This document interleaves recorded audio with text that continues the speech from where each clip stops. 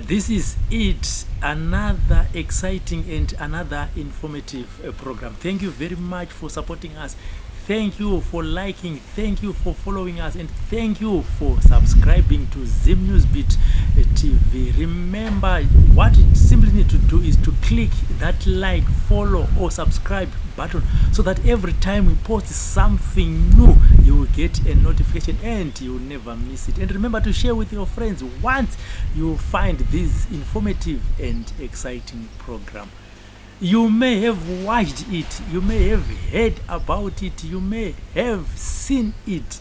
Yes, that was the program. We had the first interview with Mr. Gabriel Mapfunde with his 5 wives, 841. That was our title, and that was his untold story. Takaona zvakakodzera tikati aiwa mukoma Gabriel munomborarama sei upenyu kana murume aine vakadzi 5. Panga paine mibvunzo yakawanda, vakabvuma vakati aiwa Zim Newsbeat TV uyai tigare pasi titaure. Asi tataura kudaro, imimi sevanhu makaona mukoma Gabriel vachitaura mukave nemibvunzo yakawandisisa, mibvunzo yatisingakwanisi kupindura isusu. Tikati aiwa vamwe mibvunzo yacho maibvunza mubva masapota, vamwe maipindura zvavainge vataura painterview. Tikati aiwa mukoma, let's sit down again and talk. And it's very difficult to pin him down. You know, munhu ane varume ane vakadzi 5 kuti uzomutora womuti because kana iwe uchitonetsa kubata uine mukadzi 1 uchishandira mukadzi 1 kokuzoti murume ane vakadzi 5. So thank you very much for bearing with us. But finally mukoma Gabriel ze mukoma Gabu once again my king ndakachengetwa nashe handiti tinoti yakadii muri yakanaka handiti ka back to school makapedza back to school munongoiziva the stress. Yes but ndakamba ndatotisa izvo ndiri kubasa amanitera kubasa different saka vanhu vatodza kuti tatera kubasa kwamutara so that vanyatsoziva kuti hatisi kuharare tiri kwamutara handiti ka no it's okay. My comments makaona. I know some of the comments, you know, debating where you are coming from. Some were positive, some were negative, some were criticizing you, some were in support of you. But one of the major comments doesn't wait to read through. I could find on vachiwirirana kuti no munhu ichi anoshandisa mushonga. That's why vakadzi vake vachizobvuma kuti number 1 anotitora number 2, number 1 and 2 votitora number 3, number 1 2 3 vobvumira nokutora number 4, number 1 2 3 4 vobvumira nokutora number 5. Saka pamwe vatori mushonga rudzii. Tiri kunoku vamanitaura bhozi sekubasa ndokunowanzoonekwa zvine varume mena handazi. Saka vamanitaura kuti ano Robert kunokuti tikadai so ndo panotora mushonga rudzii ende makanotora makaenda makanotora mushonga muchiti muda mushonga wechii. Thank you. Ndizveshuwa ndakaona macomments. Mushonga wandinawo wandoshandisa pachinji. Sincerely, it is this Bible. Okay. Ndo mushonga wangu.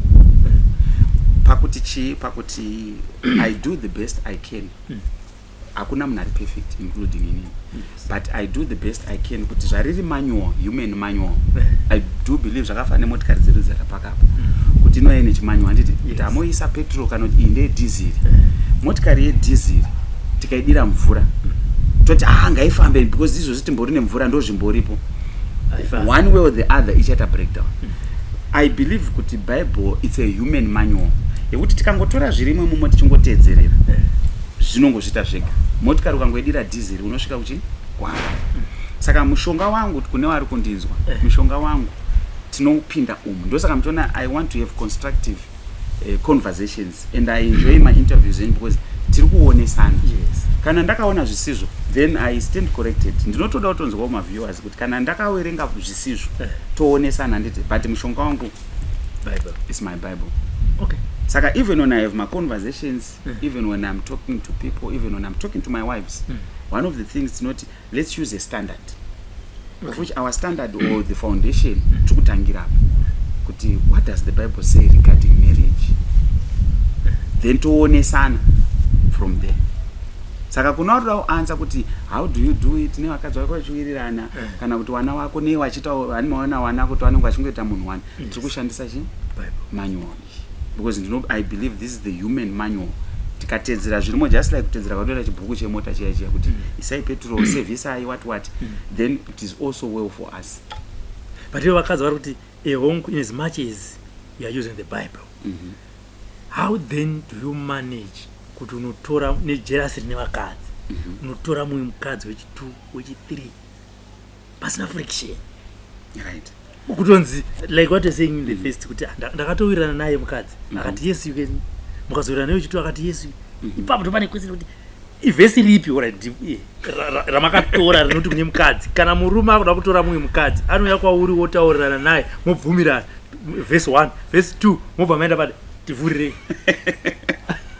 Alright, mavhesi arimo akawandisa ekuti even mukazoenda pafacebook page paundoziva kuti munomboita go through ndinotombomaposta ndinozviita intentionally for yandataura constructive discussion or dialogue. Anditika maybe probably a quick face imwe inogona kuti ndikaapproacha mudzimai anditi anobva ati aiwa uri murume wemunhu, you know, example yandiri kupa mabvunza kuti saka what an example ndogona kuti ngaticheke kuti ndinobvunza kuti are you a Christian, are you do you believe in the Bible? Saka unonzwa kuti ndobva ndati ngatipinde pana 1 Corinthians anditika 11 verse 8 anditi inoti chii kuNew Testament atitombori kuold, right? Maybe tinaro Bible pana maybe munogona kungondiwerengerawo 1 Corinthians 11 verse 8 for the man is not of the woman but the woman of the man. Saka tikaenda kurudzi language yedu tiri kuti hakuna murume wemunhu asi kune mukadzi wemunhu. Saka tiri kuti chi Bible rakatidzidzisa kuti a man, mukawerenga kwese kuma scriptures, a man can own a woman. Ndizvoka ndosaka maiona zvinhu zvichiri normal izvozvi mazuva zvachinja hazvo nemodernization, but mudzimai aitora surname yemurume, one aitora surname because the man is the owner of the household. A woman cannot own the man exclusively, but mukadzi can own murume. Say isusu tiri wagari wemuZimbabwe. Zimbabwe is our country. Ameno mazvinzwisisa. Saka takawanda tese tiri ma-citizens, we own Zimbabwe as citizens. Saka same thing with women. Women can own their husband as citizens of that household, if I may put it that way. But that household inenge chinzi Mr. Robert. Do you get what I mean? Ndozviri kusheyiwa apa. Mukazoti dzike nayo munyazoona no. Saka these are sort of like the conversation. Kana kuti mwana kunoti handezveku Old Testament ndova ndati vhurai pana Matthew 25. Matthew 25 inoti womuda kuicheka. Womunoti kuti ndingangozotaura izvi. Matthew 25 anditi pa verse 1. Maybe mungatangira pa verse 1. Ndikaverenga ndirini munozoti pamwe. Matthew 25 verse 1. Then shall the kingdom of heaven be likened unto 10 virgins. Hanzi the kingdom of heaven umambo hwekudenga wakafananidzwa nechi mukazoiwerenga iyoyo iri kutaura zvema10 virgins wakamirira a bridegroom, kwete boyfriend kana chii, murume arikuda kuroora. Murume uyo painozono magumo kwayo acharoora 5. Mukaiwerenga Matthew 25 iyo haisi polygamy here because hapana varume vakawanda ka ari kutaura. Andinoona iri Bible rakanyora in red kuratidza kuti mashoko aJesu atinonamata achiti Jesu every day. Saka the question that I ask, iwo uri kuuya achiti polygamy yakashata, Jesu ari kushandisa example yepolygamy achiti umambo hwekudenga wakaita seizvi, otaura murume 1 ari kuroora madzimai ake 5. Saka tiri kuti chii? Saka muri kunditi imimi muchinyenga mudzimai musikana asati mudzimai wenyu munenge muchavhura mavhesa aiwa. It's not always the case because they are from different backgrounds. Okay. And vanhu vakawanda havanyanyi kuvhurawo scripture. There are many ways to win a woman's heart. So it's because remember kaungango chitoti enda pana Matthew ndiri kuti it's part of the conversation. Kana akundibvunza mubvunzo, I usually go to the foundation yemubvunzo kuti where are you getting this from? Ndandichianswera panyaya foundation. However, kana kuri kupfimba kana kuitawo many other ways, we use many different angles. you know, Okay, like yeah, and usually in most cases I do the best I can to become friends with the munhu they're interested in, so that as they get to know me I also get to know them. Saka it's a process. I see kuti ndotosvika ndototi right iwo wona shoko rinoti chichi no ndanchingoanswera from a perspective yekuti saka mushonga wacho unozongo uri underlying issue unondigguida in what I do or why I do it. This is my foundation. Okay, so in terms of unit, yeah, right, kuti vana vavo run to the next thing, because you know how it is pabari pane amaini namai guru apane kwasinyatsowirirana vasingatosii, but from what I've seen inini ndichiuya pane ka unit karipo kuti akusitoti panika pane unit. Tell the viewers that you have seen the unit. pamwe kakaitika ndauya padari kuuya saka you guys must behave. Ndinazoti panapa vanhu vari kuwirirana munodzidzisa vanhu how zvinoita kuti how at the end of the day vanopedzera vakuita like how they use it. We are sisters. Ikuti vanazopedzera kunyatsoona kuti murume uyu ndewedu, isusu sisters we are sharing this man. Alright. Saka zvinogona kuti kana zvekuti vanogona ngwasiri kuwirirana handiti.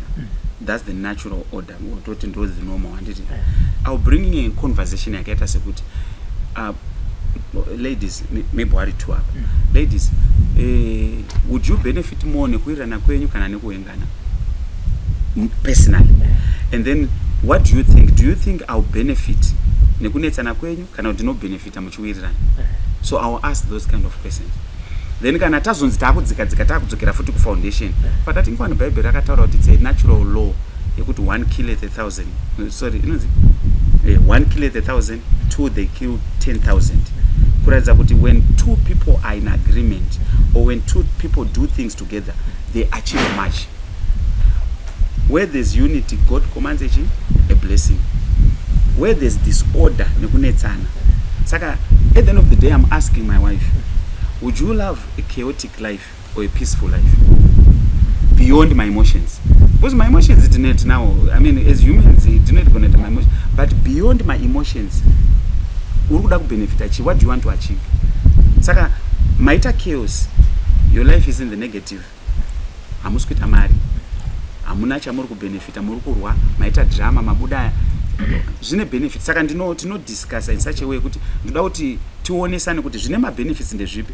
Mukange muri mese motikari muri two town munobatsirana kutenga ma inform yewana nekuti ndezvipi zviri nani nekudzingirirana muchidhonzana ma weave nekuti zviri nani ndezvipi.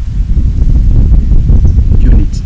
Saka I always encourage unity. Kusvika munhu zvamunozoona zviya kusvika vanozosvika wati motozoona they benefit, because like in this case I'll give an example. I know itapa part 3 but handiti mune shunge kuti ma interview nowasikana vachazokudza kuti it's more beneficial.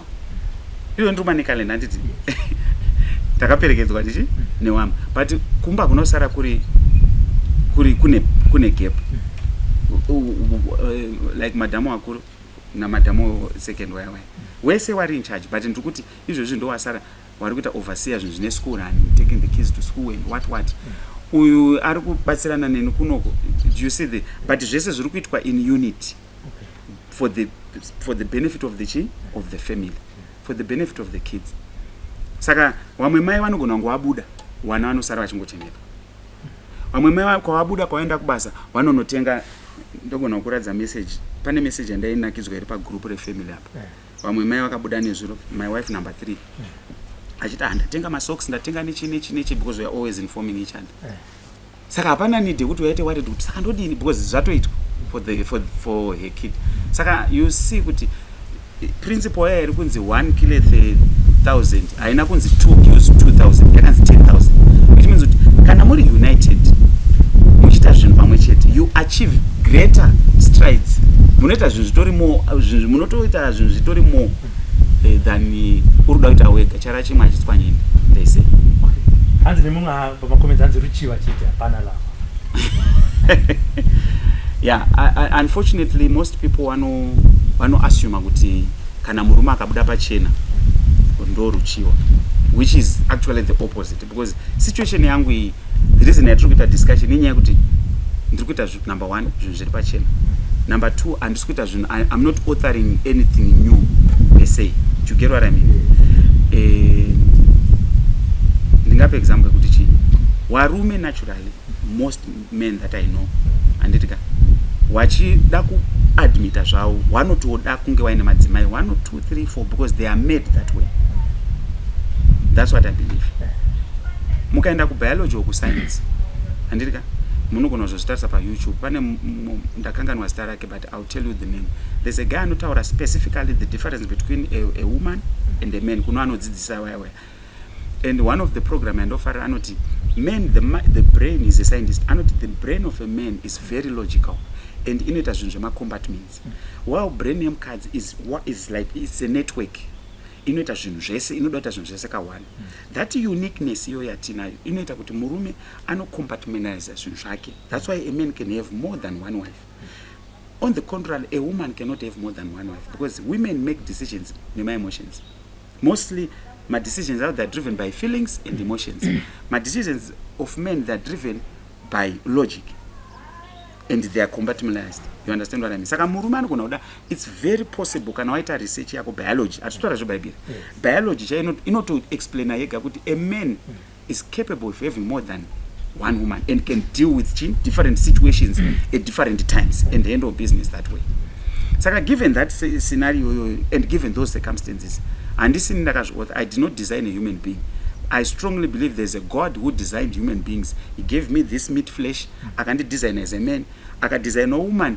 I need a mindset behind. I got that. Uindakum designer so. Uindakum designer so. So I no function so. So this is what I believe. So most men, they are wired to have more than one wife. Most men, I believe. Why? Tadzokera kunyaya muri. That's why we produce, even reproductive wise, we produce semen, you know, capable of impregnating more than 9 women per day. A man has got a potential to do that. No more ordinary men. Whilst a woman ano produce one zai and can have one baby per gore, that margin yo yekusiyanisa iyoyo hazvizoiti kuti mukadzi angoti hanzi ruchiwa chete. Ruchiwa pakai, I'm created to handle, to have more than one wife. If kana beef rekuti ruchiwa and stuff like that, maybe they have to go back and have a conversation with our creator and our designer. We makam designer say why is that he's interested in having more than one wife and why. And but these are some of the answers and will answer with why do I want a big family? Do you know some advantages? These are my businesses, they are being running. I'm here and I'm a damo the kids, they are being well taken care of, and I'm a damo watch batsiran. Do you know my advantages and than kubiridzira? Okay. Are you a rich man? I'm not. Well, it's not depend on rich in what context. Can I talk rich in terms of material? Okay. But can I talk in the context of being wealthy or rich? Yes, I'm very wealthy. I've got a loving wife. I've got loving children. I've got a shelter where I put my head on. That's the context of why I think I'm very wealthy. I've got a loving family. You don't acknowledge. For me, that's the context of wealth. But can I reach in terms of material things? Because but not also even by social media. Kuno wakandi kurira. Wane mota zanisanda utombofamba wanazo. Zandotoshira maybe kuti rimwe gore rofamba chi? Nazo. Why I asked that question? Because there's a comment here from someone achiti iye first wife vakaromba ndiyo miko dzacho vamwe vakadzi isai Mwari paupofu neurombo hwenyu baba nomudzi. Alright. Zvinenge zvakudependa kuti chinonzi upombo hwechii. Barika hausi upombo hwekuti ini ndakaroora handitika ndopfeka ring here yandiri kuannounce to everyone else kuti I've got one wife, because ring here iri kuannounce kuti I've got one wife. You understand what I mean? Then ndozoita mukadzi ndapedza ku. You get it? Kana chinonzi cheating. Tese takaenda kuchikoro. Cheating kureva kuti pane paper ratainyora riya re calculator nerisiri calculator. muchaziva kumetsika kuti pane raunopinda unzi unobvumidzwa calculator then pane raunopinda ronzi saka cheating, let me define cheating. Vanhu vakawanda vanodefine cheating ndinotoseka. Kuchita kupinda necalculator musingabvumidzwi necalculator, asi ndikapinda necalculator muri kubvumidzwa ndiri kuchita. Saka in my case madam wangu anoachiziva kuti ndinomwe mukadzi, am I cheating? I'm not. Kuchita kuti ndopfeka ring ndoenda ndichiparidzira vanhu vese kuti ndine one mukadzi, then at the end of the day I've got 2 or 3 women that I'm sleeping with. Ndo upombo. I cannot be preaching something that I'm not doing. Hapana integrity papo. Saka yango zvama definition akasiyana, asi definition yandinoziva kupomba kuita zvinhu zvinorwadzisa madam wangu, noita zvinhu behind a back, maybe notoita mhuri behind a back. That's cheating. Ndo upombo. Adultery kurara nemudzimai asiri wako ende zvisingazikanwi zvisiri pamutemo, because iwo waisa mutemo wako pawapfeka ring ukati ini ndo zvandiri kuda izvi, but you are behaving differently. Kandi pakuromba panzi imimi ni first wife makaromba, pamakanoromba ndiko dzinoti unofana kutora mamwe madzimai. Mushonga yawo handiuzivi hangu, asi chandinoziva ndechekuti kana mukazoita mainterview nana madam sezvamagara muchada kuzoita, muchaona kuti wese they are also in the same line. Kana nchiti same line ndekuti vanenge vatorino ma-questions pekutanga and they continue to learn, ndizvo vatorino ma-restrictions avo and stuff like that. Remember last interview makandibvunza kuti was it easy namadam pekutanga, ndikati no, I've never said yes. So maybe dai zvazvemushonga pamwe madam vakangu vachingobvumira zvese zvese. You see pamuchaita interview namadam wekutanga, even pamuchaita newese muchaona kuti these are sane people, vanhu vanotofunga vanotorizina, vanhu vanotoita vakatoenda kuchikoro. You understand? I told you kuti even my first wife takaita same degree. Saka munhu anotorizina anotofunga. So the point yekuti tizosvike patasvika tambotaura paya kuti hazvisi kuti I'm unique or I'm different or I'm perfect. Ndangoti I'm humble enough to try to learn, because manual yacho iripo apa. Ndataura kuti tikatora chimanual mota yenyu iri apa, tikatora manual iri kuti dirai fuel, totanga kudira mvura izvozvi, kuti Bible rakati mhuri inofamba so, mhuri chii, isotanga kugadzira chedu chisiri chine zviri kuita umu. Doesn't make sense. Ndosaka tandata kumbovhura scripture yekuti nai Jesu wacho amuri kuti Jesu awa wakataura zvebarika wani ko muri kudi kutangira kwavari musati mauya kwandiri. Number 1, vanhu vanoti tiri vana vaAbraham nekutenda. Abraham had many wives and concubines. Kunzvanzi baba wemarudzi, handiti ai wana waita maconcubines achitumira in all nations, ndokuti baba wemarudzika. Saka kana uchiti ndiri mwana waAbraham wekutenda uri kuti chii? Wotibva kuti handi baba waAbraham aiwa, he was a polygamist. The wisest man who lived on earth was a polygamist, Solomon, 1,000 wives. Vanhu kana vanoti hanzi aiwa akazotadzira Mwari nekuti wakadzi wakawanda. No, haanotadzira Mwari nekuti wakadzi wakawanda, akatadzira Mwari nekuti akatora madzimai kurudzi rusingatorwa. Kukazowerenga kana vakanobvunza mufundisi vanoataura kuti his sin was not many wives, his sin was taking women from a prohibited tribe. Topic for another day. Ndosaka tichicelebrate Easter, because wakadzi wakamunamatisa Easter, the Ashtoreth god. Topic for another day. Asi Mwari havana kuita sei? Havana kuzvifarira. But all those great men, David had 18 wives. Any man anonzi a man after God's heart and stuff. Then mapriester emu Old Testament, wana Eli, hana nana Penina, wana wangari pabarika. You understand what I mean? Tiri kuudzwa nyaya idzodzo isusu, so that we take lessons and we learn, because that's the normal, the basis. Saka if someone comes over tichitanga kudira mvura, ndotaura the western world came and they said izvo zvangana basa yakutanga kuprogram vanhu in a different direction. That's why we have many divorces. That's why people fight, because chinoita kuti mukadzi anorowa munhu wabvisa newig mutown imindset yebrainwash. Handiti vanhu vari kuti isusu taka brainwash. We've been brainwashed neBible. Ko imi maka brainwash pane TV iri kuti irwai. Handiti brainwash yese. Wanzwa kuti murume wakane girlfriend manorowana mabvisa na weave, you are hurt, you are injured, maenda ku hospital. What for? Someone told you kuti azviti. You did not grow up uchiziya. We are speaking in Shona because we learned it. Everything that we do we learn. Saka I choose to be taught in human manual. That's what I do. But on that as well, you may have partly answered it. Vamwe vari kuti mukoma Gabriel vari kutora Bible vachishandisa, yes, but vari kunyanyita reference yavo to the Old Testament. When Jesus Christ came, tibva tapinda muNew Testament, it means zvimwe zvezvimwe tsika dzakasikochirwa nekuuya kwemwanakomana. ndozvandiri kuti yanyaya yekuti kuinterpreta kunoitwa scripture asi tiri kuti the basis ndomaconstructive dialogue andechiti let's discuss. Inini my belief system ndekuti God does not change. He is the same yesterday, today and forever. Jesu havana kuya kunobvisa, Jesu wakauya kunofufila. You understand what I mean? Ndosaka mukufufila kwavo pana Matthew 25 mawerenga mashoko akataura Jesu kuti aitoshandisa iyo polygamy yacho seexample. But enda kuna Corinthians, Paul haana chaakachinja. You understand what I mean? Of course, there are a lot of people vanozoti ndogara ndichipa example yekumba ndichisekesa vana vangu. Pane vesi yamunoziva Jonah yekumedzwa kwaJona kwehowe. Yes. Do you know kuti kuna someone asingawerengi Bible akangonzwa zvehowe naJona anogona kutoparidza achitoenda achitoti Jonah akamedza howe, Jonah akamedza howe. Okay, let me give you the joke. Hanzi pana mufundisi akanga achiparidza uchechi.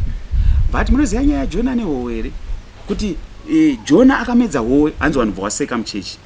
Vanhu vaseka kuti mufundisi anenge akutaura zvizvo. Hanzi vati aiwa ndakanganisa howe yakamedza Jonah madays 3. Hanzi vanhu varamba kuseka. Saka mufundisi in the confusion akabati aiwa hameno kumedzana kwakaitika ipapo pascripture but pane kumedzana kwehowe naJona ikoko. That's what most people unfortunately do. It's a joke but ndiri kuti vanhu vakawanda ndo zvavanoita kuti they don't delve into the correct kuti scripture iyoyo zvataiverenga iri kuti chii.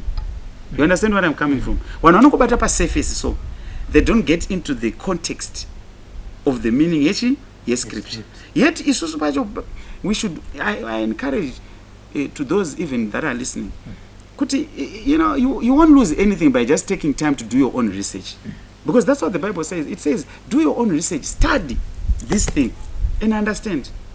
You understand? Saka patinotora time tichisa into the context then tiri kuona kuti Mwari havana kuchinja. He is the same, wangori ne same principle yavanofamba nayo havachinji. There are certain things that he hasn't changed.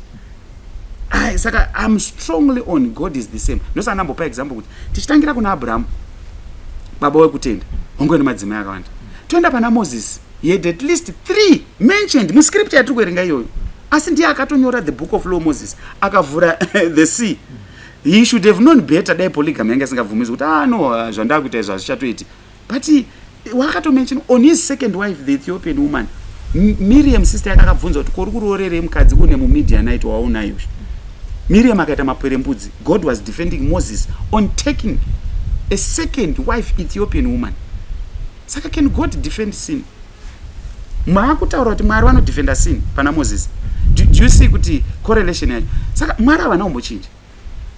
Even zvatiri kungoita izvozvo, even varume vane madzimai avo, I encourage them.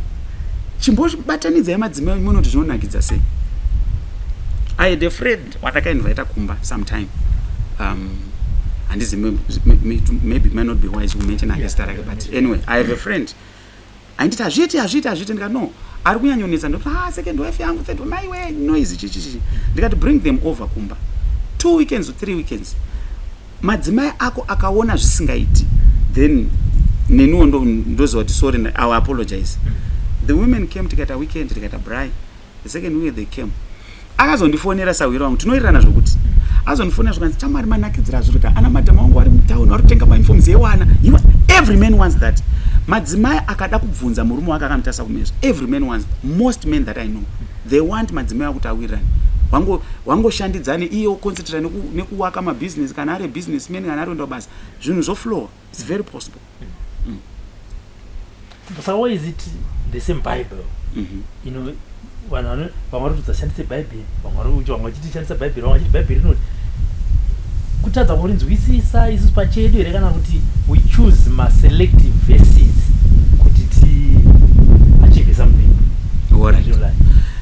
Ndosandataura tikatora tichichuza ma-selective verses tinorasika, tinozoguma takuti asapreacher wandataura kuti akati hameno kumedzana kwehowe. Most people are like that. Mukazonge muchita maconversation handitatowerenga tesava. Most people are like that and I try the best I can to avoid that.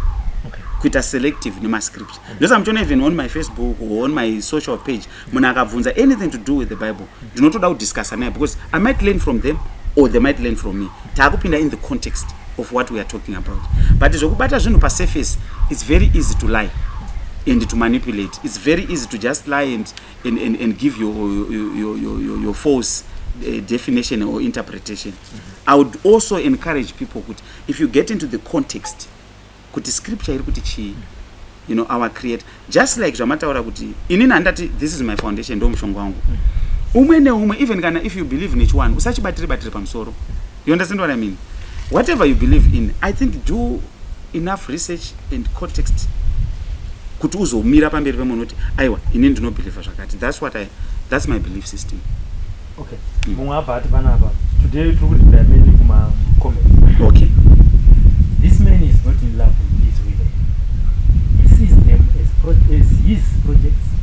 The moment he wins the challenge, he guns for another.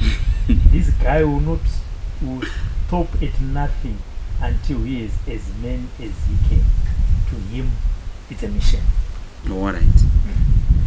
Saka maybe the viewer don't sort what's my mission. My mission is to have a family, a God-fearing family. Regardless ekuti tazoguma tiri pa 2 here pa 5 here kana pachini, but my mission is to have a happy family, a united family. Yewana vanowirirana. Hopefully by the grace of God, maybe leave a legacy with my sons. But this is what we did nana my way. You understand what I mean? That's my mission. My mission is not looking for women. Unfortunately, the moment you come out open, I don't know why people get the assumption it's all about looking for women. It's not even close to that.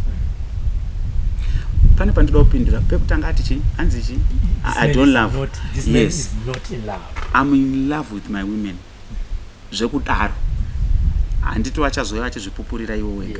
I'm so in love. Kuna anoda anogona kuona a consistency with my first wife, because interviewing there and but if someone goes to my Facebook page, I don't know what 20 years ago I was still saying the same thing that I said to my wife. My pictures my directors anogona kuenda pa Facebook otarisa background kumashure. Yes. Someone can do that research with me. My first wife, I've known her for more than 20 years. And I love her dearly. My second wife, I love her dearly. My third wife, the same thing. All my wives, I love them dearly. And let's go back to chinonzi love chi. Imuruzo na marisa what's a reciprocate. One of the things that I do is I andimiriri mangwana kana kumirira ndafa kuzoradza mukadzi wangu kuti ndomuda. So I try to live every day, or each and every day of my life, to live it the best way I can. Saka what am I saying? Madam wangu tutangira futhi.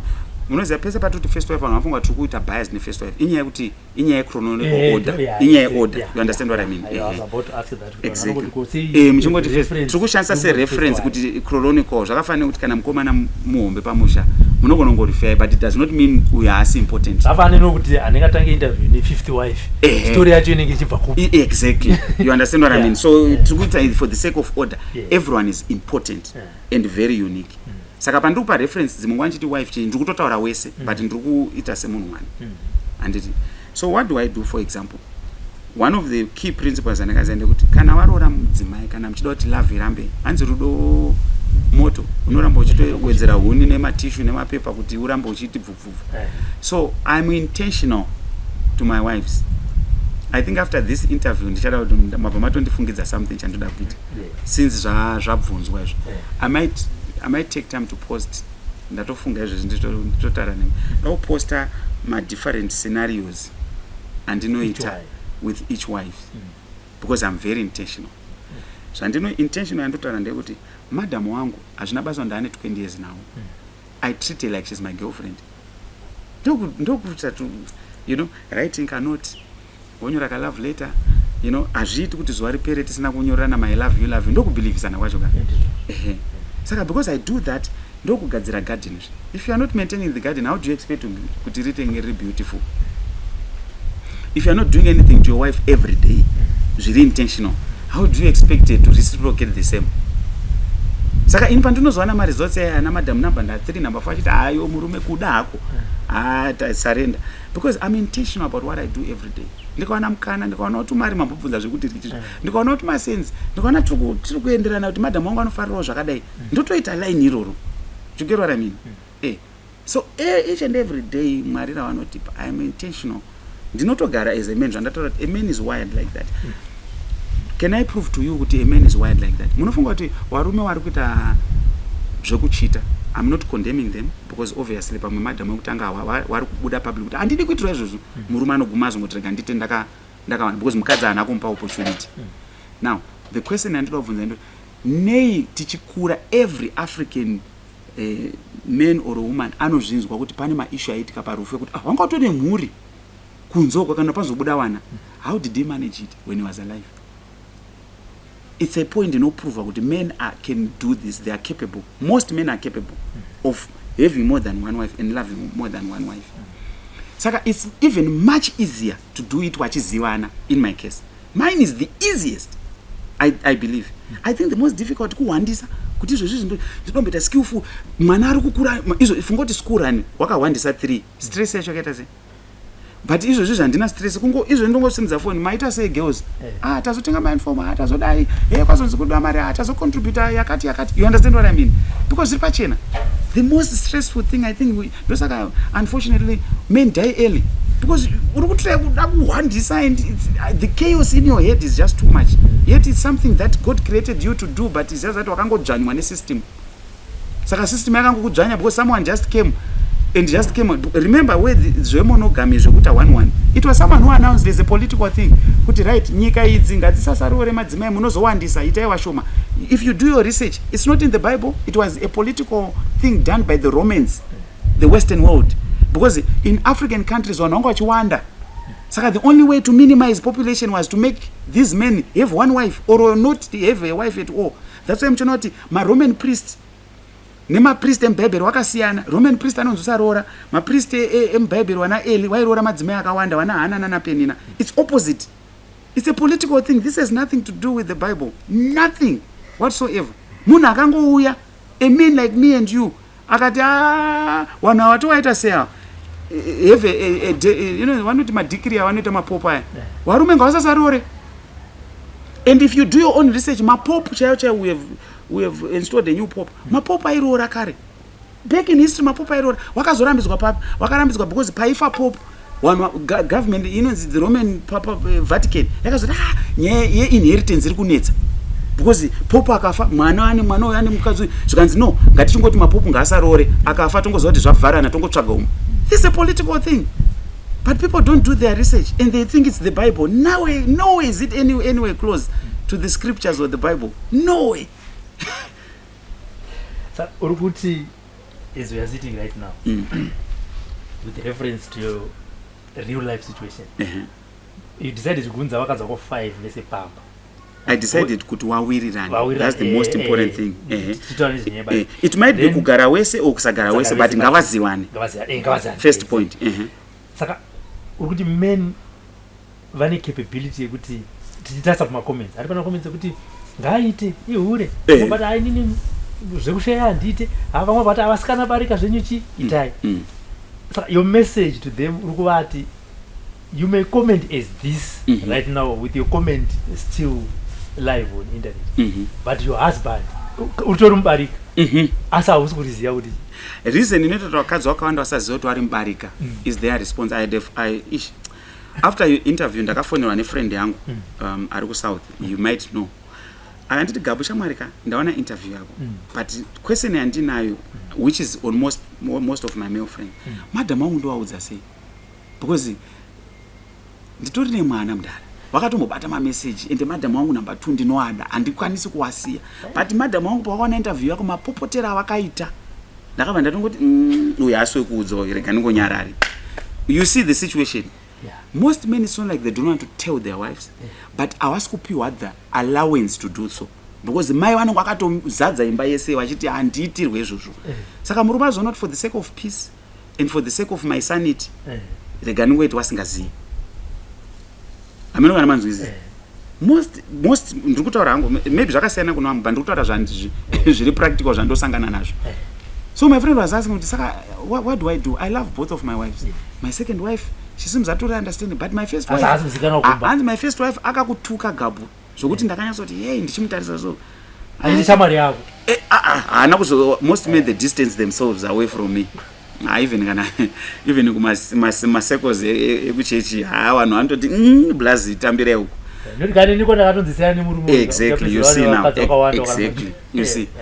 Andi muningi nanga achiti blazi munhu wemurute naye manje apa achijoka nezvo. It's exactly the same joke inoitwa kuna vanhu vakawanda. Saka you find kuti most men they would distance themselves from me, maybe for the sake of their peace and for the sake of their family. Kuti madam wangu zvondingagare chingoti noisy wazoitirena Gabu, saka which I respect. But ndiri kuti if wakadzi wakada kuita experiment ogarisa murume akapo Habi une mudzimai here, I will support you. Face yemurume antomboshamiswa kuti Mwari mabva nekupi. You understand what I mean? Because ndiri kuti women have been conditioned in a system isine in a human formula. Okay. Do you get what I mean? Sarah mai wekutenda hatisi ku Old Testament ande ku New. Peter, the book of Peter, anoti women should emulate Sarah mai wekutenda. Ndiye ari ku encourage. Sarah akaita sei? Kana handiti kuti ku New Testament the book of Peter rinoti Peter achiparidza anosimuka kuti madzimai ese emukereke ngaaemulate mai wekutenda Sarah. Sarah akaita sei? Sarah was a woman akatora umwe mukadzi kuti daddy oi vanhu havapatarisiva vada kuzongotarisa penoise yeti panoise havana kurwira murume.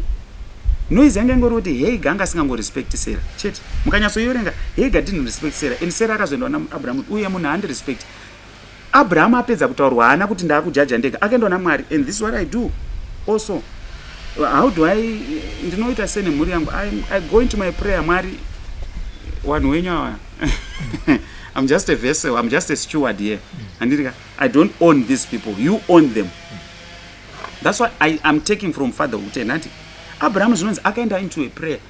Mwari ndiye akadresa Sarah na Hagar. Mwari akati kuna Hagar, iwe ndichakuchengeta nemhuri yako, uchawa nerudzi, ndicharopafadza mwana wauyu naye. Mwari achitaura kuna second wife nemwana wake. Mwari ndiye akati ndicharopafadza. Iwerenga Genesis 12. Musika akati sika ndiye akati ndicharopa. And Ishmael was blessed. So if it was a sin or it was a crime, Mwari angouraya. He's the giver and taker of life. Angoti izvazviti zvaita Abraham, urayai Ishmael, uyai. Then they die in the desert. But when she was in the desert, pane patotenga mscripture anga akutochema achiti akasiya mwana uko akati hatisina chikafu. Ngirozi ikauya akati mvura izvo anze aizoopenda kwana mvura. Why would God help polygamy? But people don't ask those questions and I get surprised. Why preachers don't even go there? Handi ni mumwe pana. Ndafunga nyaya rivera kuna Genesis. Abati Genesis 2 verse 24. Therefore shall a man leave his mother, his father and mother, and shall cleave unto his woman. To his wife, not wives, and not two, not three, not four. One shall become one flesh. Okay. Where in the Bible did God say men should have many wives or concubines? Those who had more than one wife or concubines in the Old Testament did it on their own free will. Mark 10 verse 6 to 9, Matthew 19 4 to 6. Alright.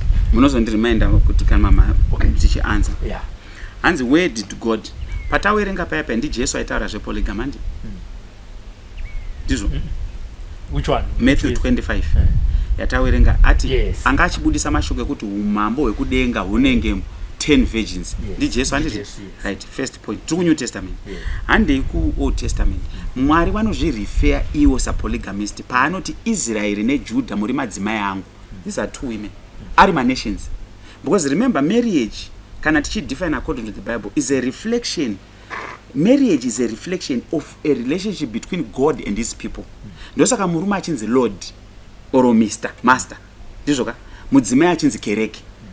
Marriage is just a reflection. Saka ukangotarisa kereke na Mwari you understand marriage zviri pachena. Saka Mwari wacho iwo mbune vanoti I am a husband.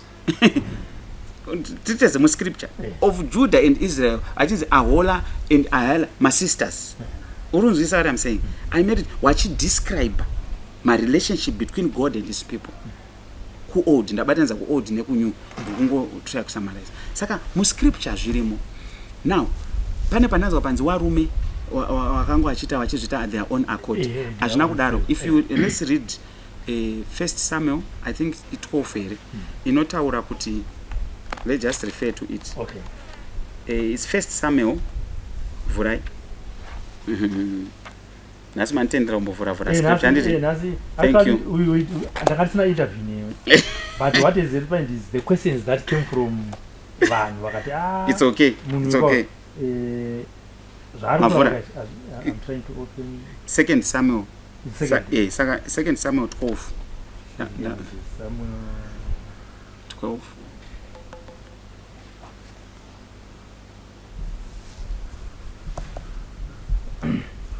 So no, 2 Samuel 12 verse what? 8. Tangira pa 8. Asi like I encourage, and then encourage watu vanhu ngava 8. handino encourage watu vanhu vazoverenge apa tiri kuita for sake of reference handika but tozoverenga in context werenga imi musazoti Bible ragabu. That is 2 Samuel 12 verse 8 and the prophet Nathan tells King David that musaita muchimanya prophet Nathan tells King David kuti that God has given him chi your master's house, your master's wives. Saka vanhu vanobva kupi? Madzimai anobva kupi? Mawerenga mega. Madzimai anobva kupi? Havari kuzvinzwa. Asina kwapinda. Muchikauro wakumba. God gave him wives. Azvinonzi wife. Ndi Daniel warotaurwa. Zvikanzi iwe madzimai awo nawo ndakakupa. Cha mukazoverenga nyaya context muprofita akauya achitsiura Mwari ukaita chivi anokutsiura hanyarari. Munoziva inonzi blasphemy. Blasphemy kuti Mwari wanga wachishingirira chivi chepolygamy throughout scripture iblasphemy. Mwari awashingirira chivi anotsiura ipapo. Prophet uyu akaenda kuna David akasvika mukazoverenga in context akati Mwari akakupa mawives wazotorereiwe munhu. Ndo inonzi chibupombo. Mwari paaitora vakadzi vake 18 anambobvunza. Aitomubatsira mukatoverenga imwe scripture ndogona kupa. Zvinonzi Mwari akabatsira kunotora Abigail anga wari 2 madzimai akanga atorwa nehondo. David akati Mwari, can I go and pursue? Zvikanzi go and pursue and recover your wives and recover these 2 wives. Zvirimo muscripture. Handirika? Saka tiri kuti muprofita paitika chiwi. Muprofita haana kutora nguva atumwa naMwari. Akanzi iwe ndakakupa wakadzi wakawandisa iwo. Ndosaka akatanga pa reference kuti kwako nemunhu anga ine wives dzakawanda neanga ine 1 kake. Zvikana David ndiani munhu akadaro munyika zvikana ndimi mambo. Ndimi. Mwari ari kuti akakupa madzimai akawanda koma zotorerei uya ane 1 ushu. Chiwi chakatsiurwa ipapo. But do you see the righteousness and the holiness ainombotaurwa nezvayo yepolygamy? Saka vanhu vari kuti chi? Say. Mukupindura. As I said, with Anasi, making reference to your comments. All right, it's okay. Just as I'm looking for the comments as well. It's okay. The last time we had an interview, it was not deliberate. Because there was so much reference to wife number 1, 2, 3. I think it was that jamba, but then number 5. But the interview was not mainly about your wives, and you were not talking too much or referring to number 4. Okay. So I don't know if it was it intentional deliberate on your part or in I missed it as well. Where is wife number 4? You are getting too personal. I know the personal. But for the sake of my viewers, wife number 4 are kufam. Okay. My dynamics are getting family yedu. Maybe just to explain, because in Dukuzoto and Arupa reference, my picture states when 4 what where is number 5 and you budikira. So let me answer you, Mr. Obajama. Wife number 4 Ariku Pras farm. She loves farming. So we find upando my photos and most of them are random photos. Can I check my random dogo no funga picture? You understand what I mean? Asima wano zonyanyu uta follow wanotombo muona anotombo buda my photos. You get it? But in terms of she's not common because most of the times anenga asiri in the proximity dzimonguva pamaphotos akawanda atinotora. Okay. Saka my wife my fourth wife ari kufamba. The dynamic iri kuitika because mwangu saka yeye ndakaendeswa kumusha here what she loves farming number 1. Then prazi raari ndimuzvina prazi raakapiwa na inherited from the parents. Ana gogo wake, she's the owner of a prazi. Mama wake ndi owner weprazi. Mazvinzwisisa. Wani ndinoedza kutry kuda kupreserve privacy one, but for the sake of saka she's helping kuside kwemabereki in terms of farming because she's a farmer. Okay. However, kuuya anouya. And probably because now interview you definitely see. But for the sake one and stuff like that, should be away. It's just a geographical location difference. Okay.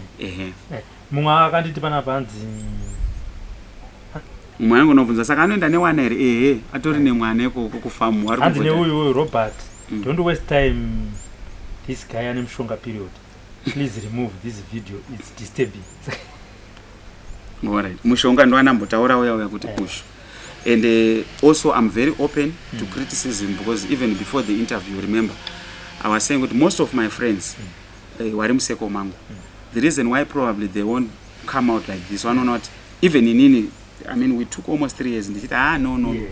The reason, and they are not, it's not worth it to have quarreling per social media in life. Famba. Unongona social media master hapa. Ariku komenda zvinhu zvaari clueless. Arikutuka barika raasingaziwe rasina kumborarama. Most of my comments are kunakidza na madam wangu because vanonga vachibva koseka tritesa kuti ona zviri kunyora munhu akakwanero. Do you get what I mean? Saka you find with even my friends, the reason why they are not coming out probably as much inyaya yekungoavoida izvozvo. It's not even necessary kuda kuita ma-arguments are unnecessary, yet we are living our life. Number 1. Number 2, like I said, I'm open to conversation, I'm open to dialogue. Kunodata ma-conversation be it ndipasta kana chi ngavandionesewo muscripture. Because this is what I'm using. And even Kanawachida, it's also willing to provide the camera. Yes. You have that conversation. Yes. Gabriel, yes. So that you can also.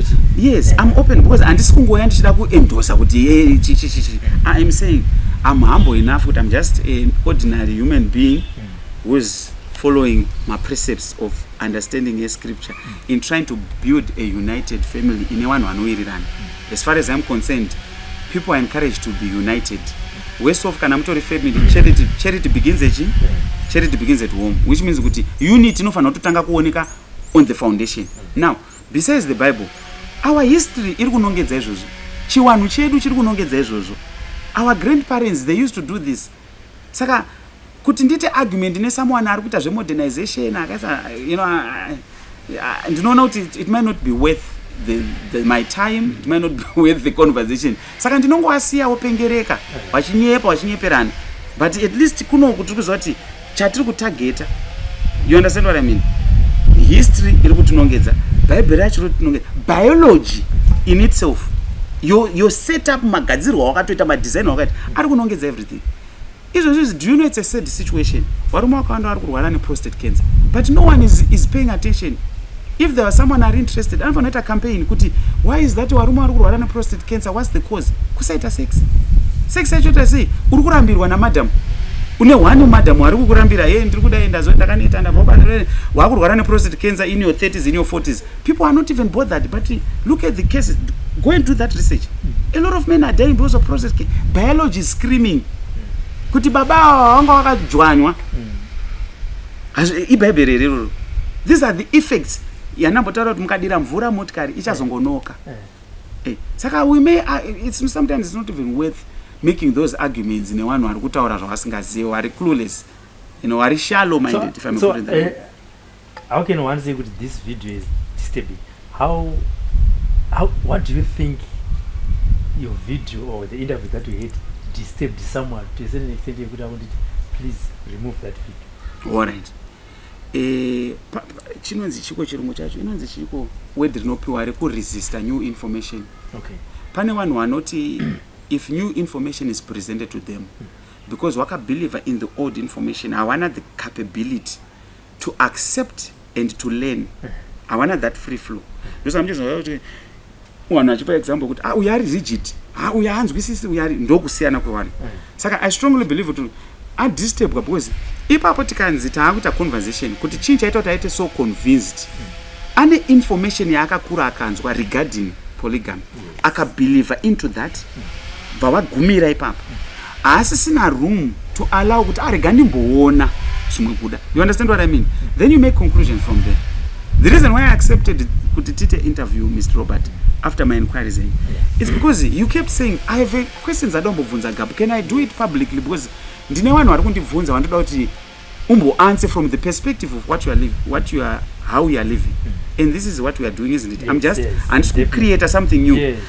Muri kundibvunza makwestions uri kurarama sei ndongotaura. So if the way I'm living and following the Bible is disturbing someone, I cannot do anything. And also to add on that, ausiriwe murume wega anebarika. Asi ndoti ndiwe murume wega anebarika wandakakonvinza kuita naye interview. Zvini zviriko.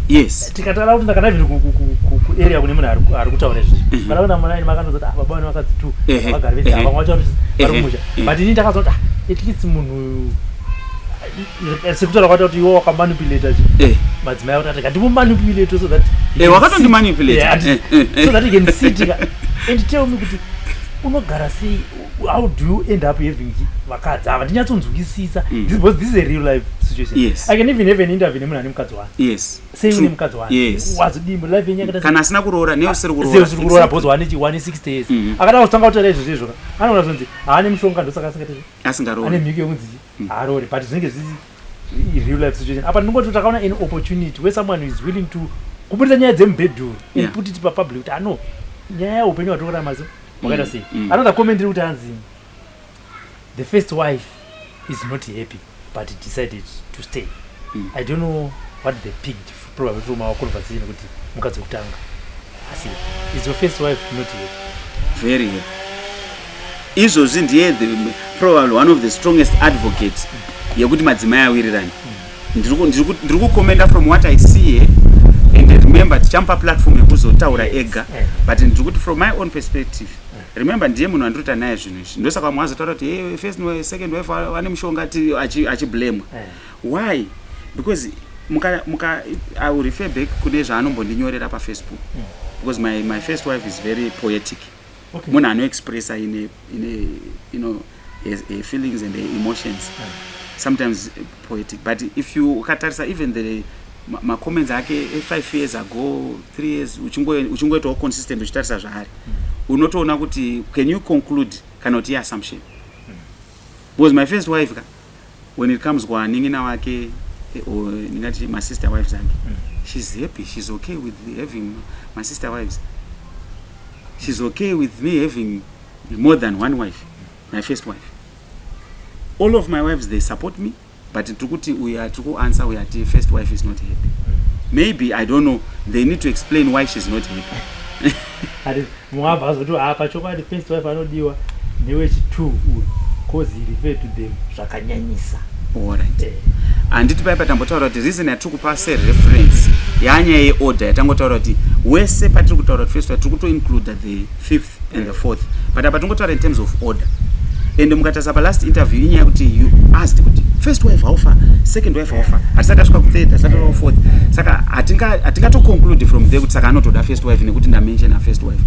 If you come and ask me about my fifth wife, there's a ton of things to tell you about my fifth wife. Do you get what I mean? Mabvunza zve fourth wife kuti neasikanyanya kubudikira buda pictures ndangohinda a bit kuti she's running a family business because ndiye musikana muhombe and all that and vanhu vanga vakatotarisira iye and inini semukwasha ungazoramba uchibudikirawo, but it's a benefit, right? I have a farmer wife who loves farming, who loves she. Those are my family dynamics, so you manage it that way. Respectfully, you respect my in-laws. They see the benefit in it, but also respectfully, so we benefit. We have a family that's growing. You understand what I mean? Wanakwenda na assumption kuti wanaganda babarika, it means mukadzi uyu akapisa kumusha. Ndakaseka imekomenda kuti anzi wakadzi wakapisa kumusha saka wanako kudzokera. Please, Mr. Robert, when you do an interview, the question you should ask all my wives, kuti ndezveshuwa here kuti Gabu akati une open door policy. Open door policy. We are living in a generation whereby if my wife is not happy with me, the gate is open. It's open. Hatidi zvokumpunyikidzana. Barika risiri muri womba akusi kumpunyikidzana. ende kana zvatobuda zvakadaro munenge matobuda zvakanaka because then at least ndatozivawo rimwe side ranasotasi. But as far as I'm concerned, open door policy, if you are not happy with this setup, if you are not happy with me, then you can probably go and look for one wife, one chichi. You get what I mean? Kwete kumbunyikeza not garani ni chete for the sake of garani. No, I don't have that policy. Hanzi mungu pana koma DNA vakaita here nekuti pa 5 apashai anorumira munhu kupindwa nemweya wokuti ka side dish akanyarara hake achinyebera kuzungaira. I can't wait for my DNA results. Mombe imwe neimwe nemhuri dzayo takananga kuma DNA. Waruda badira tinashe mugabere titi. It's okay. Wanogona kungomubadira titi. I'm okay with that. Regardless. If they pay. Yeah. What if they say we are paying, then to my brother Tinashe Mugabe, then Maria Pindo company, it's okay. We are willing individuals. Tinogona quit. It's fine. However, one of anakuziwa could also in respectfully, as far as I'm concerned, one hour sendichi the one remember ndikuti pawana wangu makambobvunza pa ndewenyu ira ndikati pane wandaka adopta wari ipapo. You understand what I mean? Saka in the event yekuti worst case scenario, you understand what I mean? I'm willing to go public pana Tinashe Mugabe pachito zvobuda pachena. Tineta tobatsirika isn't it? Yeah. Tineta tobatsirika. Totozoti no mama makazenge musina wandiudza kana wasina kutaura. Tototangira kuziya papo. Saka it's not something chekuti ndikatoti handisuda kuenda. I don't condition that they pay because they are in doubt. Nevana vavo. So yeah. So it is fine.